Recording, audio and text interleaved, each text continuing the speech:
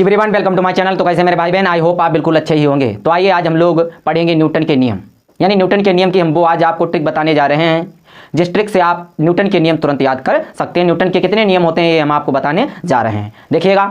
और हाँ, अगर आप इस चैनल पर नए हैं तो चैनल को लाइक सब्सक्राइब शेयर करना ना भूलें। देखिएगा न्यूटन के गति के नियम क्या होते हैं ये हम आपको बताने जा रहे हैं। सन 1686 में सर आइजक न्यूटन ने गति विज्ञान से संबंधित 3 मूल नियमों को अपनी पुस्तक प्रिंसिपिया में लिपिबद्ध किया, जिसे न्यूटन के गति के नियम कहते हैं। ठीक है, यानी न्यूटन ने एक पुस्तक लिखी थी जिसका नाम है प्रिंसिपिया। न्यूटन ने एक पुस्तक लिखी थी प्रिंसिपिया, ठीक है। तो ये आप याद कर लीजिएगा, न्यूटन ने एक पुस्तक लिखी थी जिसका नाम है प्रिंसिपिया, ठीक है।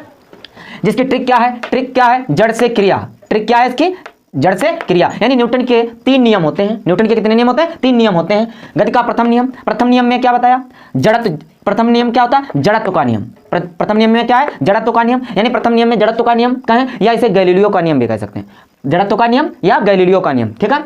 और से संवेग का नियम, क्रिया से क्रिया प्रतिक्रिया का नियम। यानी गति का प्रथम नियम है जड़त्व का नियम, और द्वितीय नियम है संवेग का नियम, तृतीय नियम है क्रिया प्रतिक्रिया का नियम। अब हम समझेंगे परिभाषा के माध्यम से, यानी न्यूटन का प्रथम नियम क्या होता है ये हम आपको बताने जा रहे हैं। यदि कोई वस्तु विरामावस्था में है तो वह विरामावस्था में ही रहेगी, और यदि गति की अवस्था में है तो वह गति की अवस्था में ही रहेगी जब तक कि उस पर कोई बाह्य बल न लगाया जाए। इस नियम को जड़त्व का नियम भी कहते हैं और इसे गैलीलियो का नियम भी कहते हैं। जैसे हम आपको कुछ उदाहरणों से समझाते हैं। जैसे ट्रेन पर बैठे यात्री, यानी ट्रेन में बैठे यात्री जो होते हैं, बैठे हुए होते हैं ट्रेन में, और जब गाड़ी चलती है, जैसे ही गाड़ी चलती है तो ट्रेन में बैठे हुए यात्री एकदम पीछे से झुक जाते हैं, यानी एकदम पीछे की ओर झुक जाते हैं। वहां पे जड़त्व का नियम, यानी जड़त्व के कारण वे एकदम पीछे की ओर झुक जाते हैं जब गाड़ी चलती है, ठीक है। एक तो ये उदाहरण। दूसरा, जैसे एक व्यक्ति मोटरसाइकिल पे जा रहा है, मोटरसाइकिल पे जा क्या रहा है? रुका है, मोटरसाइकिल पे बैठा हुआ है,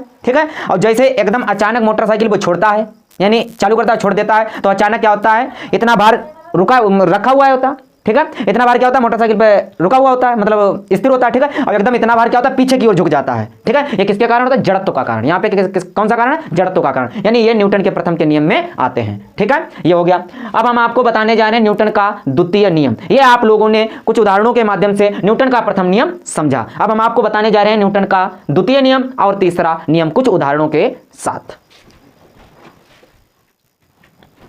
अब देखिएगा, हम लोग पढ़ते हैं न्यूटन का द्वितीय नियम और न्यूटन का तृतीय नियम। न्यूटन का द्वितीय नियम क्या होता है ये हम आपको बताने जा रहे हैं। देखिएगा, किसी वस्तु के संवेग परिवर्तन की दर उस पर लगने वाले बल के समानुपाती होती है, और इस संवेग परिवर्तन की दिशा जो है वो सदैव बल की दिशा में ही होती है। इस नियम को संवेग का नियम भी कहते हैं। संवेग होता क्या है ये हम आपको बताने जा रहे हैं। देखिएगा, जैसे आप लोगों ने देखा होगा, जब क्रिकेट होता है तो क्रिकेट में एक खिलाड़ी जो एक गेंद कैच करता है तो अपने, जैसे गेंद आ रही है तो गेंद को कैच करता है तो अपने जो हाथ है एकदम पीछे कर लेता है। वो पीछे इसलिए कर लेता है क्योंकि गेंद से ज़्यादा चोट लगने लगे और गेंद आसानी से हमारे हाथों में आ जाए, ठीक है। जैसे पीछे कर लेता है, ये संवेग के कारण गेंद को, यानी गेंद जो है उसके हाथों में आ जाती है, और यहाँ पे संवेग के कारण वो हाथ जो है अपने पीछे कर लेता है। इसमें ज़्यादा धक्का ना लगे, ज़्यादा चोट ना लगे और ज़्यादा धक्का गेंद में ना लगे। जैसे जैसे गेंद में आती है तुरंत पीछे कर लेता है तो आसानी से गेंद आ जाती है और धक्का भी ज़्यादा नहीं लगता है। तो यहाँ पे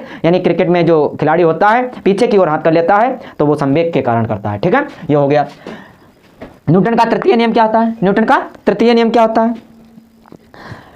प्रत्येक क्रिया की सदैव बराबर तथा विपरीत प्रतिक्रिया होती है। प्रत्येक क्रिया की सदैव बराबर तथा विपरीत प्रतिक्रिया होती है। इसमें हम आपको उदाहरण बताने जा रहे हैं। जैसे एक व्यक्ति बंदूक चलाता है, जैसे बंदूक ऐसे करके चलाई तो जैसे ही बंदूक से गोली निकलती है तो एकदम पीछे की ओर धक्का लगता है, पीछे की ओर धक्का लग, जैसे बंदूक से गोली निकली और पीछे की ओर धक्का लगना, ये होता है क्रिया प्रतिक्रिया का। जैसे देखिए गोली आगे गई, देखिए क्रिया भी हो, यानी एक्शन रिएक्शन दोनों साथ में हो, तो वहां कौन सी क्रिया कहलाती? क्रिया प्रतिक्रिया। यानी गोली आगे गई और धक्का पीछे की ओर लगा तो यहाँ पे क्रिया प्रतिक्रिया हुई। दूसरा हम आपको उदाहरण दे रहे हैं क्रिकेट इसका।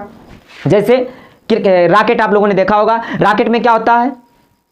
बारूद भरी जाती है, ठीक है। बारूद भरने के बाद देखिए बारूद आगे की ओर जाती है और धुआं पीछे की ओर फेंकता है, यानी बारूद आगे की ओर जाती है और धुआं पीछे की ओर फेंकता है। रॉकेट है बारूद को आगे करता रहता है, ठीक है, और धुआं जो है वो पीछे की ओर फेंकता रहता है, ठीक है। तो ये धुआं जो निकलता है रॉकेट से, जो धुआं निकलता है ये क्रिया प्रतिक्रिया, देखिए आगे बारूद गई और पीछे धुआं फेंका, ठीक है, तो ये क्रिया प्रतिक्रिया यहाँ पे हुई है। तो ये हमने आपको न्यूटन के तीनों नियम बताए, आपके समझ में भी आए होंगे। मैंने जैसे भी बना ये न्यूटन के नियम हमने समझाने का प्रयास आपको किया। अगर इसमें आपको न्यूटन ने पुस्तक लिखी थी उसका नाम पूछे तो आपको बताना है प्रिंसिपिया। न्यूटन ने एक पुस्तक लिखी थी जिसका नाम है प्रिंसिपिया, ठीक है। तो ये तीनों नियम आपको याद करा दिए। इसकी ट्रिक क्या थी? जड़ से क्रिया, जड़ से जड़त्व का नियम, पहला नियम है जड़त्व का नियम, दूसरा नियम है संवेग का नियम, तीसरा है क्रिया प्रतिक्रिया का नियम। ये हमने आपको समझाए।